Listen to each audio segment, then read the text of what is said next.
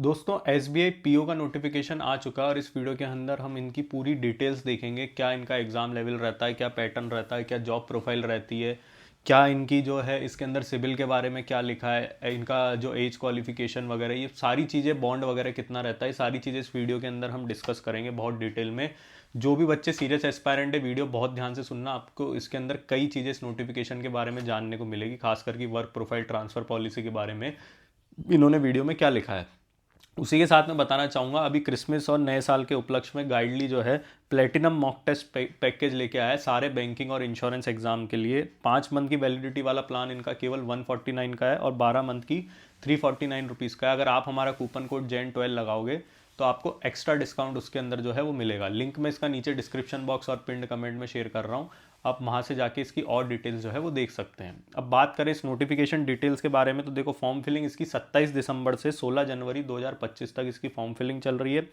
उसके बाद जो दूसरा इंपॉर्टेंट पॉइंट इसके अंदर लिखा है, क्योंकि ये ऑफिशियल लेवल की पोस्ट है इसलिए एसबीआई ने इसके अंदर पहले ही लिख दिया है, transfer policy anywhere in country, कहीं भी आपकी ट्रांसफ़र हो सकता है। पॉइंट नंबर 31 आप जाके देख सकते हैं, क्योंकि बहुत सारे बच्चों को ट्रांसफ़र के इश्यूज़ रहते हैं। हमारे से कई बार वो वीडियोस के अंदर पूछते भी हैं कि सर ये बैंक हमको साउथ में तो नहीं देगा, ये बैंक घर से कितना दूर देगा। तो ये चीज़ मान के चलो, अगर आप एसबीआई पीओ बनते हैं और ख़ास करके अगर आप मेल कैंडिडेट हैं तो आप ये मान के चलो कि 500 से 1000 किलोमीटर या उससे भी ज़्यादा की दूरी पे आपकी पोस्टिंग आ सकती है। और शुरू के अंदर होम स्टेट आने के चांसेस ना के बराबर हैं, और मैक्सिमम चांसेस ये रहते हैं कि आपकी पोस्टिंग जो है कर्नाटक, महाराष्ट्र, इधर साउथ की तरफ जो है आपकी पोस्टिंग ज़्यादा है, क्योंकि वहाँ पे इनको स्टाफ की ज़्यादा ज़रूरत रहती है।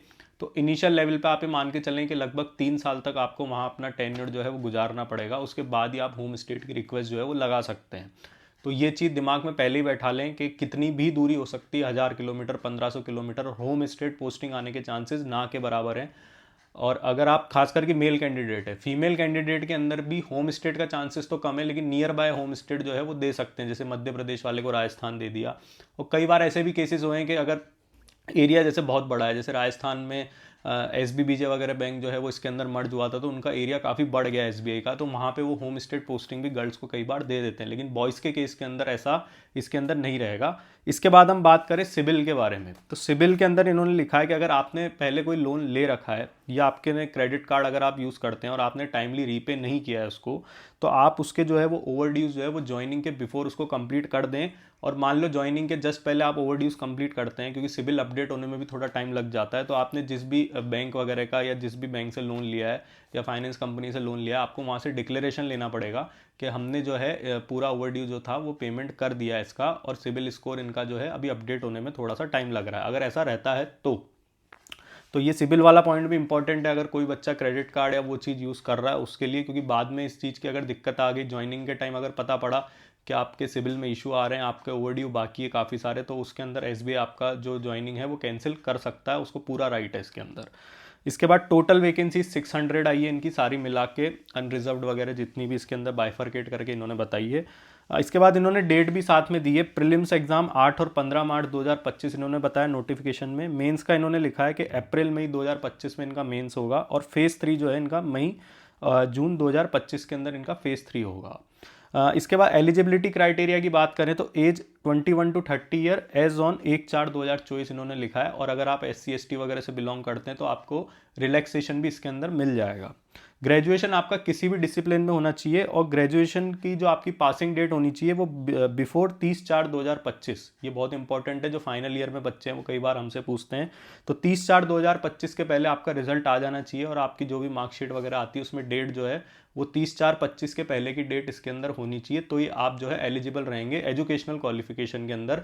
ग्रेजुएशन में ऐसा इन्होंने नहीं लिखा है कि फर्स्ट डिवीजन होना चाहिए या क्या होना चाहिए, सिंपल ग्रेजुएट होना आपका ज़रूरी है, चाहे आप BCom हो, BA हो, BTech हो, BSc हो, जो भी डिग्री आपके पास है वो डिग्री होना ज़रूरी है। और आप डिस्टेंस मोड से की हो या रेगुलर मोड से की हो उससे भी कोई फ़र्क नहीं पड़ता। ये खुली अपॉर्चुनिटी है, खुला प्लेटफॉर्म है। कई बार बच्चे नाराज़गी रहती है कि इसमें फर्स्ट डिवीजन क्यों मांगा, इसके अंदर ऐसा नहीं है, केवल ग्रेजुएशन SBI ने इसके अंदर मांगा है। इसके बाद सबसे इंपॉर्टेंट चीज़ जो रहती है, इसका सिलेक्शन कितने फेज़ में होगा, फेज़ 1 होगा, फेज़ 2 होगा, और उसके बाद आपका फेज़ 3 होगा। इसको थोड़ा सा इजी लैंग्वेज में प्रीलिम्स, मेंस, और उसके बाद फिर आपका GD इंटरव्यू का जो राउंड होता है वो होगा। इसको हम डिटेल में समझ लेते हैं क्या है। फेस 1 प्रीलिम्स एग्जाम जो है, इंग्लिश के 40 क्वेश्चन रहेंगे, क्वांट के 30 क्वेश्चन रहेंगे और रीजनिंग के 30 क्वेश्चन रहेंगे। 20-20 मिनट का टाइम रहेगा, 1 घंटे का पेपर रहेगा, 100 क्वेश्चन रहेंगे 100 मार्क्स के। अब इसके अंदर एसबीआई ने जो प्रीलिम्स का एग्जाम पैटर्न बताया उसमें ओवरऑल इन्होंने 100 मार्क्स इसके अंदर लिखे हैं। अब मैक्सिमम चांसेस तो यही है कि एक क्वेश्चन अगर 1 मार्क का रहता है तो ये 40 क्वेश्चन जैसे इंग्लिश के हैं तो 40 मार्क्स के हो जाएंगे, और क्वांट और रीजनिंग के 30-30 मार्क्स के क्वेश्चंस हो जाएंगे अगर एक क्वेश्चन 1 मार्क्स का रहता है। अगर थोड़ा बहुत ऊपर नीचे हुआ तो वो जब एग्जाम होगा उसके बाद ही पता चलेगा, लेकिन फिर भी हमको आइडिया लग गया कि ओवरऑल 100 मार्क्स का आपका प्रीलिम्स का पेपर होगा, 1 घंटे का। सेक्शनल कट ऑफ, इंपॉर्टेंट चीज़ें ध्यान रखना, प्रीलिम्स के अंदर सेक्शनल कट ऑफ नहीं है, ये चीज़ दिमाग में लेके जाना जब एग्जाम हो। और अभी जब आप तैयारी कर रहे हैं जो भी मॉक टेस्ट वगैरह देते हैं तो उसके अंदर भी ये चीज़ ध्यान रखें। उसके बाद मेंस के अंदर ये 10 टाइम्स बच्चे सेलेक्ट करेंगे। आप जिस भी कैटेगरी से बिलोंग करते हैं, आपकी जितनी सीट है उसके 10 टाइम्स बच्चे जो है वो आपकी कैटेगरी में मेंस के अंदर ये सेलेक्ट करेंगे। 1/4 नेगेटिव मार्किंग इसके अंदर होगी, प्रीलिम्स के अंदर भी और मेंस के अंदर भी।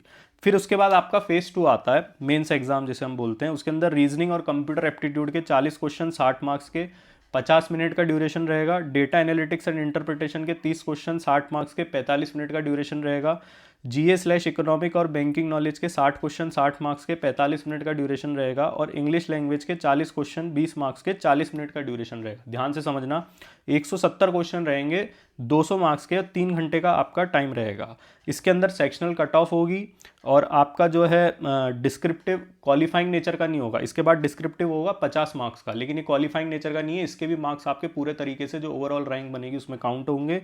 और इसके बाद 50 मार्क्स का 30 मिनट का आपका डिस्क्रिप्टिव होगा और सेक्शनल कट ऑफ इसके अंदर रहेगी। और 1/4 नेगेटिव मार्किंग भी इसके अंदर आपको रहेगी। इसके बाद आपका फेज 3 आता है। फेज 3 के अंदर आपका साइकोमेट्रिक टेस्ट होगा। देखो साइकोमेट्रिक टेस्ट क्या होता है, इसमें कोई डरने की जरूरत नहीं है, इसमें ऐसा कुछ नहीं होता कि फेल किया जाता है।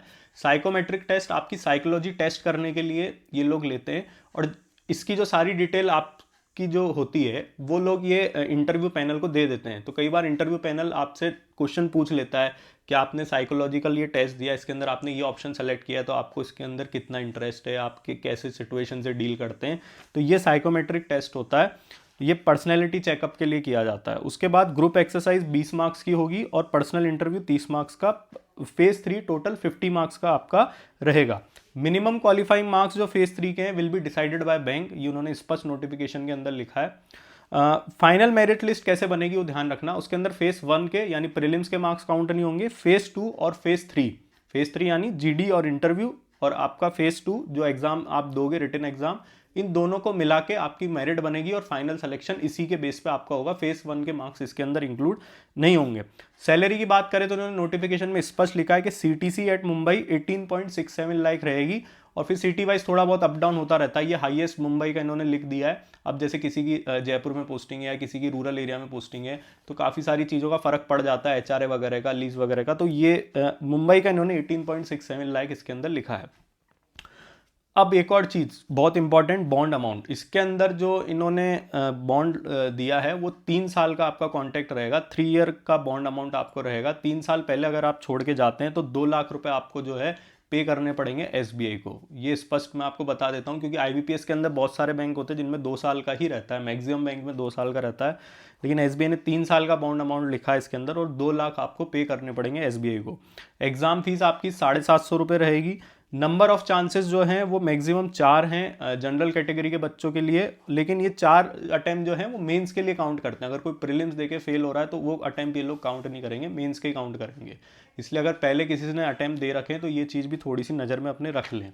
इसके बाद वर्क प्रोफाइल की बात करें तो वर्क प्रोफाइल का देखो ऐसा है कि एसबीआई की जॉब है और सबको पता है कि बैंकिंग सेक्टर में कितना ज़्यादा वर्कलोड रहता है, क्योंकि क्रॉस सेलिंग वगैरह के भी काफ़ी सारे इशूज़ रहते हैं, आए दिन हम देखते हैं। तो जॉब टाइमिंग जो आपकी रहेगी, वहाँ पे आपका जाने का टाइम होगा लेकिन आने का टाइम आपका नहीं होगा आपको। और खास करके जो न्यू ज्वाइनी बच्चे होंगे उनको अगर रूरल एरिया वगैरह में पोस्टिंग आती है या पब्लिक डीलिंग वगैरह काफ़ी ज़्यादा होगी तो आपको 8 बजे 9 भी बज सकती। कभी कभी ऑडिट का टाइम होगा या क्वार्टर एंड का मंथ एंड का टाइम होगा तो आपको जो है 9 बजे 10 बजे 11 भी बज सकती है। और सैटरडे संडे भी आपको जाना पड़ सकता है। बहुत सारी एसबीआई की ब्रांचेस ऐसी रहती है जो सैटरडे संडे भी वहाँ पे काम जो है वो चलता रहता है।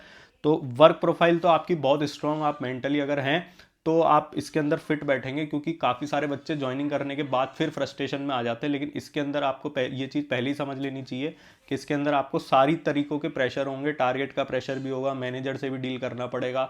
और आपकी जो ट्रांसफ़र की पॉलिसी रहती है उसके अंदर भी ऐसा नहीं है कि आपको एक बार एक ब्रांच दे दी तो 3 साल 5 साल के लिए वहाँ पे फिक्स कर दिया आपको डेप्यूटेशन पे भी हो सकता है, आसपास की ब्रांच पे अलग अलग 50 किलोमीटर 100 किलोमीटर के रेंज में आपको घुमाया जाए, कभी इस ब्रांच पे जाना है, कभी इस ब्रांच पे जाना है, क्योंकि कभी किस ब्रांच का स्टाफ छुट्टी पे रहता है, शॉर्टेज रहती है। सारी चीज़ें बहुत इंटरनल है जो आपको करने के बाद जो है समझ आएगी, या हमारे बहुत सारे वीडियोस भी इसको लेके डले हुए हैं, तो आप वो जाके भी देख सकते हैं। प्रमोशन की बात करें तो बैंकिंग सेक्टर में प्रमोशन फास्ट है, लेकिन ये डिपेंड करता है कि अंदर जाने के बाद प्रमोशन लेने का मन आपका करता भी है या नहीं, क्योंकि बहुत सारे एसबीआई क्लर्क और पीओज ऐसे होते हैं जो आगे बढ़ने की इच्छा ही उनकी खत्म हो जाती है कई बार वर्क प्रेशर को देखते हुए। तो इसके अलावा आपको और कोई डाउट है तो नीचे कमेंट बॉक्स में टाइप करें और हमारी चैनल को लाइक शेयर सब्सक्राइब करें। आप लोग का बहुत बहुत धन्यवाद।